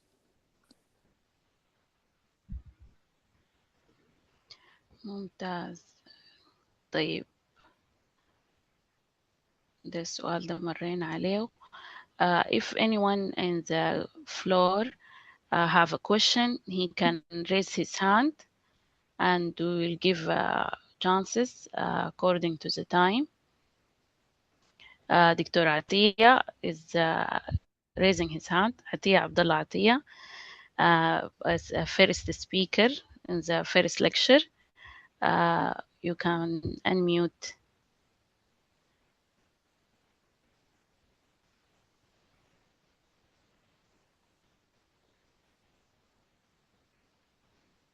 Dr. Atiya. Yeah, Assalamu alaikum. عليكم السلام دكتور. Shukran jazilan, Professor Ahmed, Dr. Emanuel, for this very comprehensive presentation. And I think I enjoyed it very much. I think just a few comments, if you allow me, which is Dr. Rayan, you mentioned something about the sending the patient for Al-Ahfad University for doing DAT or that. According to National Diagnostic Algorithm, DAT is a complementary test for RK39. So, with our respect to our boss, Professor Al-Fahel, liquid DAT, it is not pre-qualified by WHO yet. So it is not recommended in the national protocol. What is mentioned in the national protocol, which is a dry DAT. So we need to be careful with this. Although I know very well, Professor, he is a pioneer of this DAT in, I think, in Amsterdam previously. But also these tests need to be go through all pre-qualifications process in WHO, so as we can introduce this test in the Sudanese diagnostic algorithm, and we can start use it. For me, having a rapid test which is produced in Sudan, this is very, very good for us, which is can bypass a lot of process of importations of the test from outside, and also the leading times from the manufacturers. But at the end of the day, we are concerned about the quality of the tests and the quality control of this on the outcomes, because this is a very strong decision to start giving the patient a very toxic VL drugs, specifically the SSG. So we need to be careful with this. Professor Ahmed, I agree with you regarding the RK39, which is used now in Sudan. And just to clarify, we have two batches or um, two tests. RK39 Biorad, which is produced in USA, and I think the sensitivity and specificity is very high. And another one, which is RK39 Imbios. So previously, we are using RK39 Biorad, the American one, but unfortunately, it has faced many thermal issues. So that's why the manufacturers decided to stop production of RK39 Biorad. Now we have a RK39 MBIOS, which is very, very, very low specificity and sensitivity. So it is less than 69% from RK39 Biorad. So that's why we need to be very careful when we have a negative RK39. We cannot rely 100% on the test which is not accurate 100%. So sometimes you can miss 69% of those patients, although they are very high, like suspected cases, but also tested negative by RK39 MBIOS. So what is the solution? Now we are also trying to introduce the dry DAT as a complementary test for RK39 MBIOS. But again, also, we need to remember that except splenic aspiration, the lymph node aspiration, pulmonary aspiration, also it is not 100%. So can we use RK39 for survey? And I think the question, it seems to be for me, when I try to answer it, I look it from the point of, yes, it is possible. You can use the RK39 because it's very simple test, which can be used in the even by the health workers. It's not even need a trained lab technician. So it is like small drop of blood, wait like 10 minutes, and then you'll read the test. Very simple. It is like a RDT, so it's not difficult. But if the question, can we do like a public survey for everyone, and we depend on that test, on that result? And I think in this case, we will have a false positive for those patients who tested positive. Either they have a previous um, uh, like disease before, so they are relapse cases, so they can be tested positive. Also, some patients, they have like immunological or from immunological points, so they can be tested positive, but after a while, the patient can be tested negative again. So that's why we need to respect the case definition in the national protocol, not to test any patients with the RK39 unless they fulfill the case definition, which is fever more than 2 weeks, hepatosplenomegaly, lymphadenopathy, and weight loss. The last point, I think we need to think how we can decentralize the service, because now, according to the elimination targets, and as you know all, Sudan is signing the elimination strategy of WHO. So now we are committed to achieve the WHO elimination goals. One of them is decrease the symptom from the time from symptom to start treatments to less than 30 days. That is mean we need to early detect the patient and to start treatment. In case of the rural area, we can early detect the patient through decentralization sites and refer them to nearby health facility. That's why we need RK39 to be distributed in all endemic areas, and we can train, for example, those community health workers to do this test even under the tree. Does not need to go to the hospital. But again, we have a limitation of the test, and also we have a concern about sensitivity and specificity of RK39M MBIOS. Malaria and VL. We have a lot of patients who has a malaria and VL at the same time. Previously, in the case definitions, it says after exclude malaria. But nowadays, malaria, you can find VL with malaria, VL with HIV, VL with the typhoid, VL with the brucellosis. So all those comorbidities now it is existing. So you have to be careful about and to ask very carefully about the patients, what is the pattern of this fever, and also to have to do a proper examination. So no need, I mean, it can be together, malaria, HIV, VL, all of them in one patient. So it doesn't mean that it cannot be have like a comorbidity in one patient. But again, thank you so much. And shukran jazilan. Over.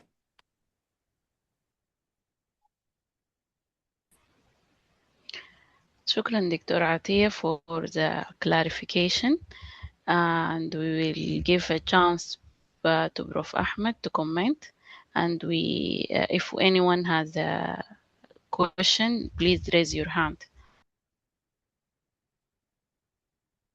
شكرا دكتور عطية. I totally agree with you. I totally agree with what you have said.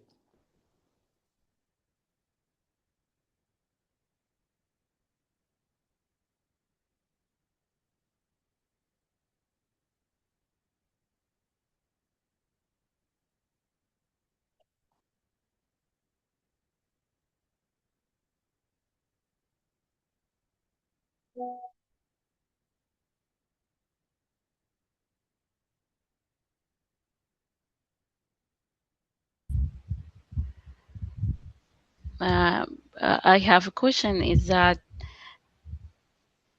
Dr. Audallah Ibrahim said that can we get positive RK39 patient with brucellosis? This answered with Dr. Atia that co-infection exists. I didn't see in my practice co-infection with brucellosis by itself، لكن شفنا co-infections ثانية اللي هي الملاريا، التوبركلوزز بالذات، ال HIV، visceral leishmaniasis and tuberculosis co-infection are very common as it is immune-suppressed state, but we can treat both of them. يعني you can treat visceral leishmaniasis and tuberculosis or other co-infection, and this will be discussed in the management session. If there is no more questions, the lecture is recorded. Emanuel Yarian, major challenges in translating findings from raw mastigote assay to clinical relevance A mastigote assay.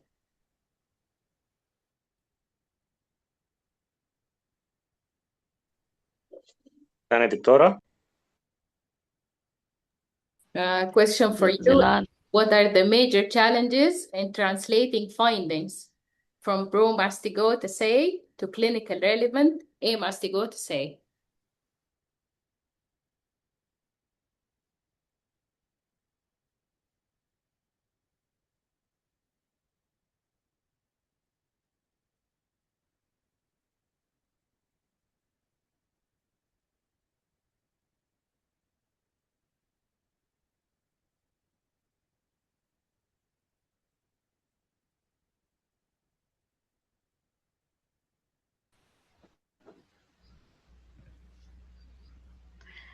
Dr. Emanuel, did you hear us?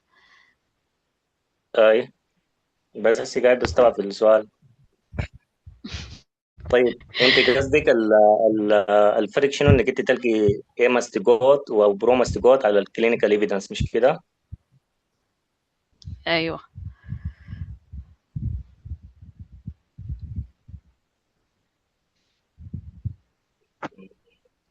صراحة ما عندي فكرة غايته. نشوف بروف رايك شنو؟ وطبعا what you see in the patient tissue is the A mastigote. Only the A mastigote. You don't see pro mastigote. Pro mastigote is only seen in the vector, the sampuli, and in culture media.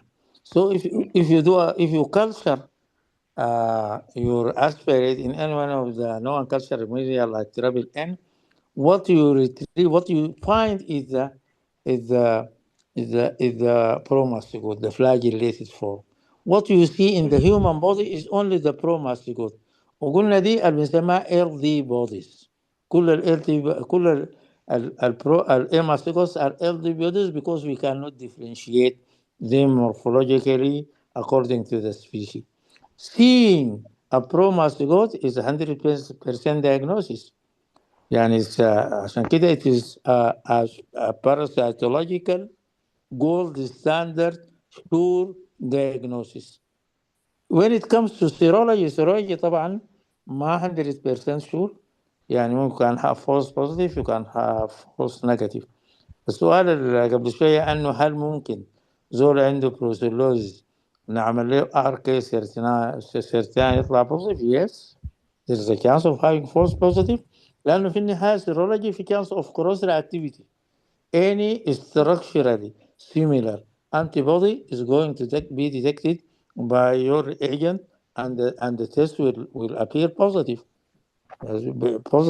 وبالتالي yes, there is a chance of having false positive RK39 in a number of conditions associated with antibody production.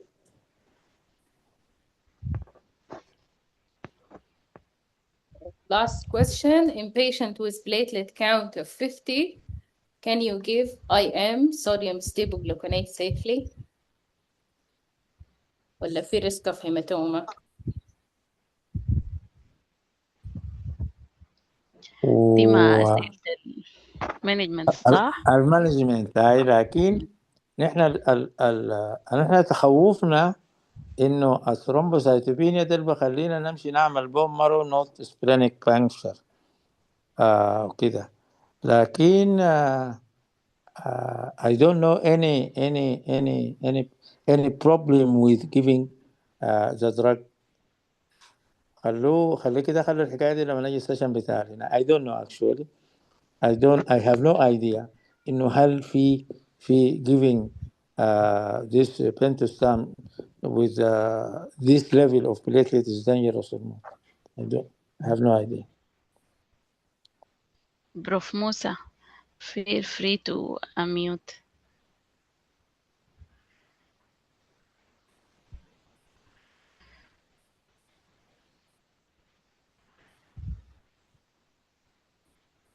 طبعا بالنسبه للبليتلز دي، ذا لور ذا بليتلز ذا ريسك اوف بليدنج ايزر هيماتوما ولا سبونتينس بليدنج، لكن 50 اي ام ما افتكر بيكون فيها مشكله.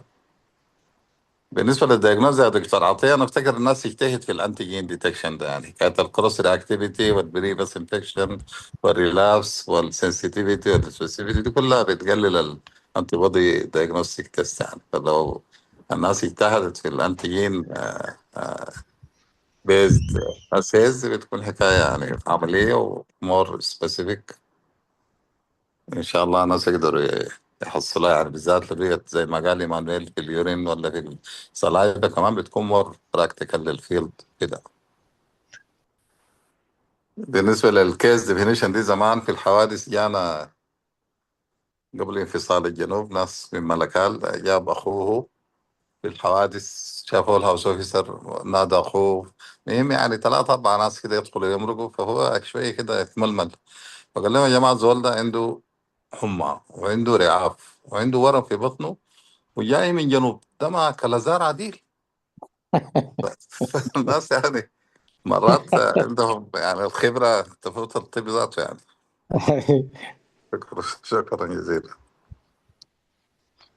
شكرا جزيلا بروف موسى. فعلا هي احنا البيشنت بيجونا يعني هم عارفين ان هم جايين من منطقة هايلي انديميك، والنولج ذاتها عندهم ممكن تكون اعلى من الدكاترة الما اكسبوزد للديزيز او الدايجنوزز قبل كده.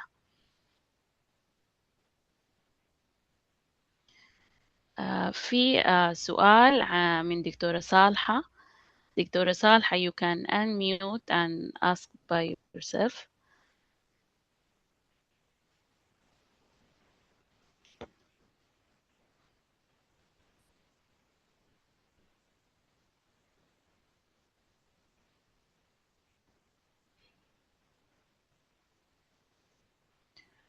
I think she asked about adding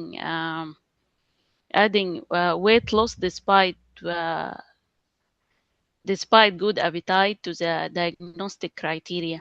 Is it common in every patient, or it is just present in minority of patients?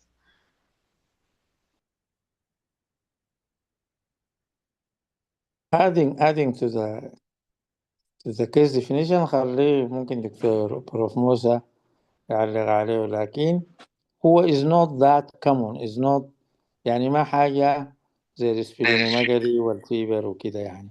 So you see them in some patients they have a good appetite or normal appetite وكده they are losing weight. So يعني حكاية maintain appetite I don't think is seen in all patients. It's not like fever and splenomegaly and these things. والله هي يوجوالي في الستارت اوف زي الناس، لكن باي ذا تايم الناس بيبقوا يلو كده الابيتايت يعني بيكم سبريست برضه يعني، يمكن في بداية الإلنس بس، لكن باي ذا تايم الناس زي بريزنت هوسبيتال زي كده يكون ابيتايت بيجت بور زي يعني continue losing weight وكده.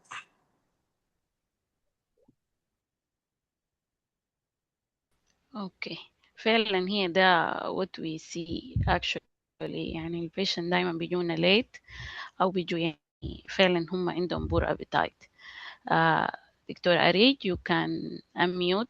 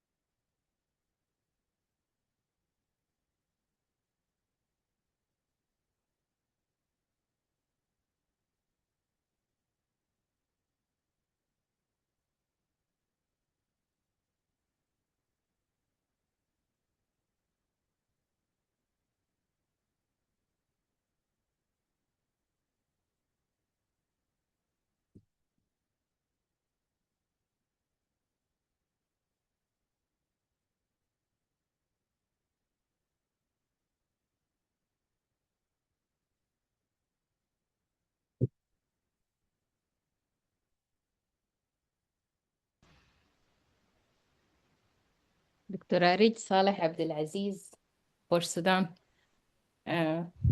السلام عليكم ورحمة الله. Pathologist. مرحبا بك دكتورة ريج. كيف حالك؟ صار بخير. تحية للجميع. أنا الدكتورة أريج. أنا clinical microbiologist and infectious disease consultant. Nice to meet our professors in this session regarding visual leishmaniasis.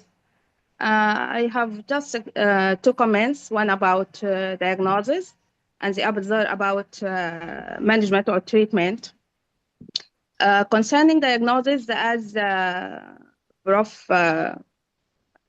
Before me mentioned, we have to to strengthen on the urinary detection of the antigens. It's very simple and it can be available, no problem. And regarding treatment, now Bentastam is stopped in many countries in surroundings يعني. فI hope إن إحنا برضو نحاول إنه to jump over Bentastam يعني due to the high toxicity اللي هو it can cause cardiotoxicity, it can cause pancreatitis, it can cause hepatotoxicity and other side effects, also nephrotoxicity. So nowadays, many countries where visual leishmaniasis is endemic, they use amphotericin B, liposomal amphotericin B. It has a good management effort. Also برضه في combinations لكن بتتاخد as a combination زي الميلتوفوسين and paromomycin. This should be used in a combined manner, but liposomal amphotericin B is considered as a preferred treatment choice for such patients. Thank you very much. Thank you, Dr. Arijo. We're so happy for you to join our community. I think دكتور عطية بيقدر يجاوبنا على السؤال ده بصورة كويسة من حكم الشغل في البروجرام والفيدرال Ministry of Health.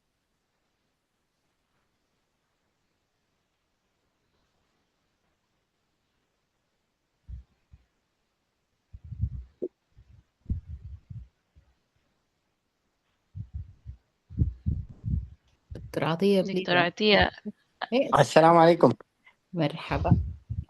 معلش ممكن بس شكرا دكتور عريج. أنا بس جزء من السؤال ما سمعته، لو عدت لي دكتورة ريان.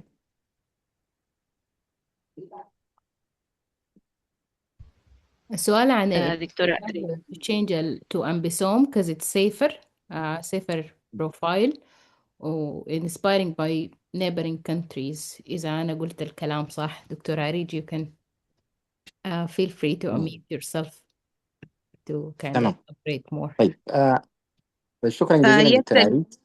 الكويشن كان مش question, just a comment just for in and on. any trial إنه نوقف البنتوستام like other countries that surround us and to go for liposomal amphotericin B because إنه liposomal amphotericin B حتى إذا دخل في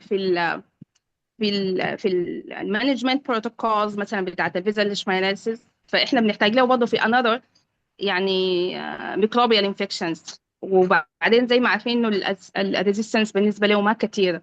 unlike البنتوستام حاليا في resistance بالنسبة للإيماسيجوت عند developed resistance. عشان كده a lot of countries stopped use or utilization of pentostam as a drug of choice for visual leishmaniasis. شكرا جزيلا دكتور عريج. أنا actually رفعت يدي قبل عشان just to comment on the other comorbidities لكن خليني معلش إذا سمحت لي بس أرد على كلام دكتور عريج. From two point of view, from managerial point of view and from technical point of view. From technical point of view, still ambisome is a second line treatment either in Sudan or any other neighbor country. The new regimen, which is going to be released very soon by WHO, is the first line will be multifocin bromomycin.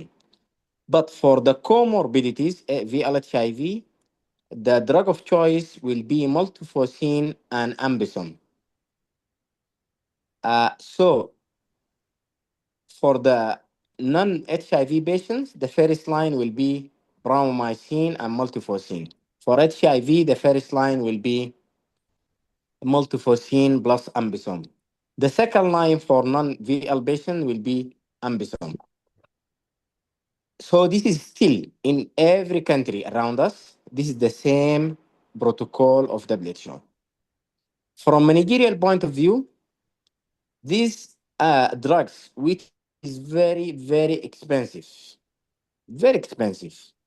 And I think in some countries, even in Europe, the vial of ambisome is more than, well, I think, $120. So it came to Sudan and East Africa as a donation from Gilead Company through WHO with a very restricted guidelines. This drug, it must be used according to protocol and only for visceral leishmaniasis patients. So please, with my respect, please use the ambisome only for visceral leishmaniasis. I do respect many other fungal infections need ambisome. And by the way, in principle, ambisome, it is not anti-calazar drugs. It is antifungal, but it's used for calazar because it is very effective fighting calazar or visceral leishmaniasis. So it can be used as antifungal in many other diseases or many other diagnoses. But please, don't use it for any other diagnosis. Trust me, this will be ended by stop the whole donation to Sudan. And we have, or we are expecting any like ad hoc supervision visits from the donors. Whenever they detected any patients who received ambisome, which is not a VL patient, it will put Sudan and East Africa in very difficult situations. There is another ambisome commercially available in the pharmacy or even in the NMSF and IMDADات. So you can buy that drugs for any neurological, for example, infections or any other fungal infections. But using of ambisome for non-VL, this will be ended by stop a donation for Sudan. If the donation of if the ambisome donation is stopped in Sudan, trust me, will not be in a position to purchase any shipment for Sudan. This is very expensive drugs. And in fact, I will be very transparent. We receive a lot of requests from many colleagues, and specifically previously, I cannot say the specific hospital, but many hospitals in Khartoum requesting ambisome for non-VL patients, and we refused. And also, we put a very restricted guidelines in each health facility. Don't prescribe ambisome for non-VL patients. Specifically, the ambisome was provided as a donation from Gilead Company. But if the patient or their caretakers, they are willing to purchase, there is available commercial ambisome in the pharmacy or commercial pharmacies.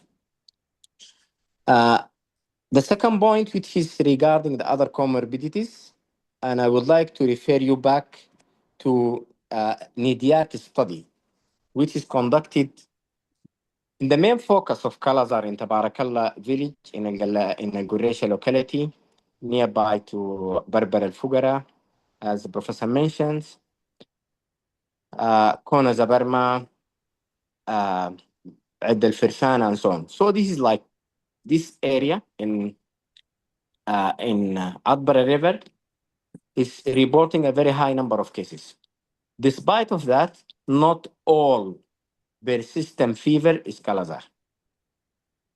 Even if you are in the middle of VL Ocean in Rahat area or Adbara River area, it is not all VL patients mean Kalazar. The same not all fever in Al Jazeera means malaria.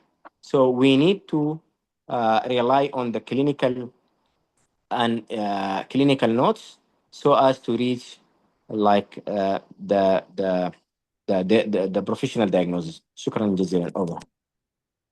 I will send the NIDIAG study to the organizers so they can share it in the link. Over. Thank you, Dr. Atia, for this comment. Yes, we will share the study mentioned by Dr. Atia in our WhatsApp and Telegram channels, and it will be available. Also, the national protocol is shared in the channels. You can find and discuss more.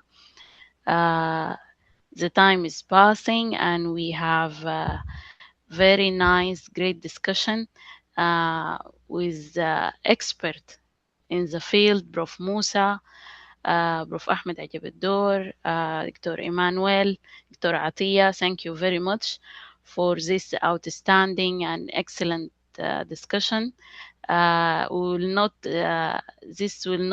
This night and the whole week will not allow us to end the discussion about visceral leishmaniasis. So we will have a series and upcoming lectures about the management of visceral leishmaniasis in details. So stay tuned, and in the next sessions نتلاقى إن شاء الله في كل سبت اللي هو كل أسبوعين.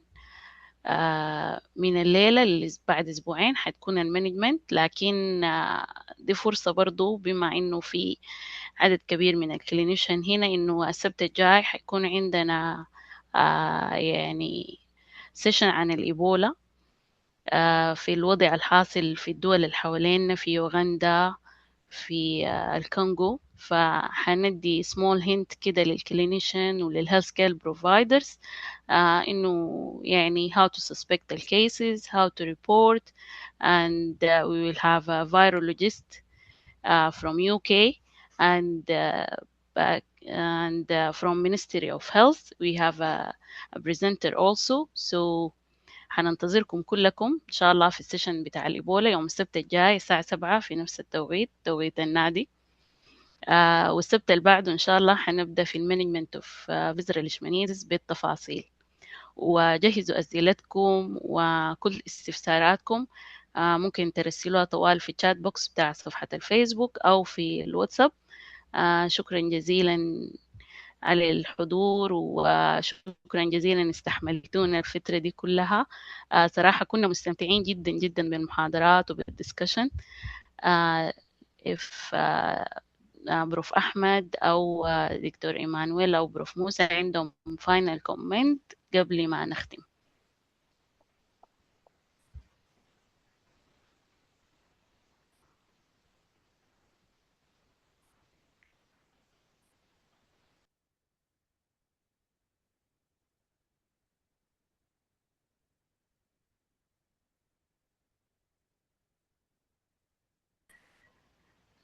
If no more comments and اللينكس كلها بتلقوها في الشات، ممكن الناس تنسخها قبل ما نقفل الميتينج. برضو تلقونا في صفحة مستشفى طب المناطق الحارة في الفيسبوك وتروبيكال ديزيز تيتشنج هوسبيتال at يوتيوب، بتلقوا المحاضرة كلها مسجلة. شكرا جزيلا لكم، ونتمنى لكم باقي ليلة سعيدة إن شاء الله. مع السلامة.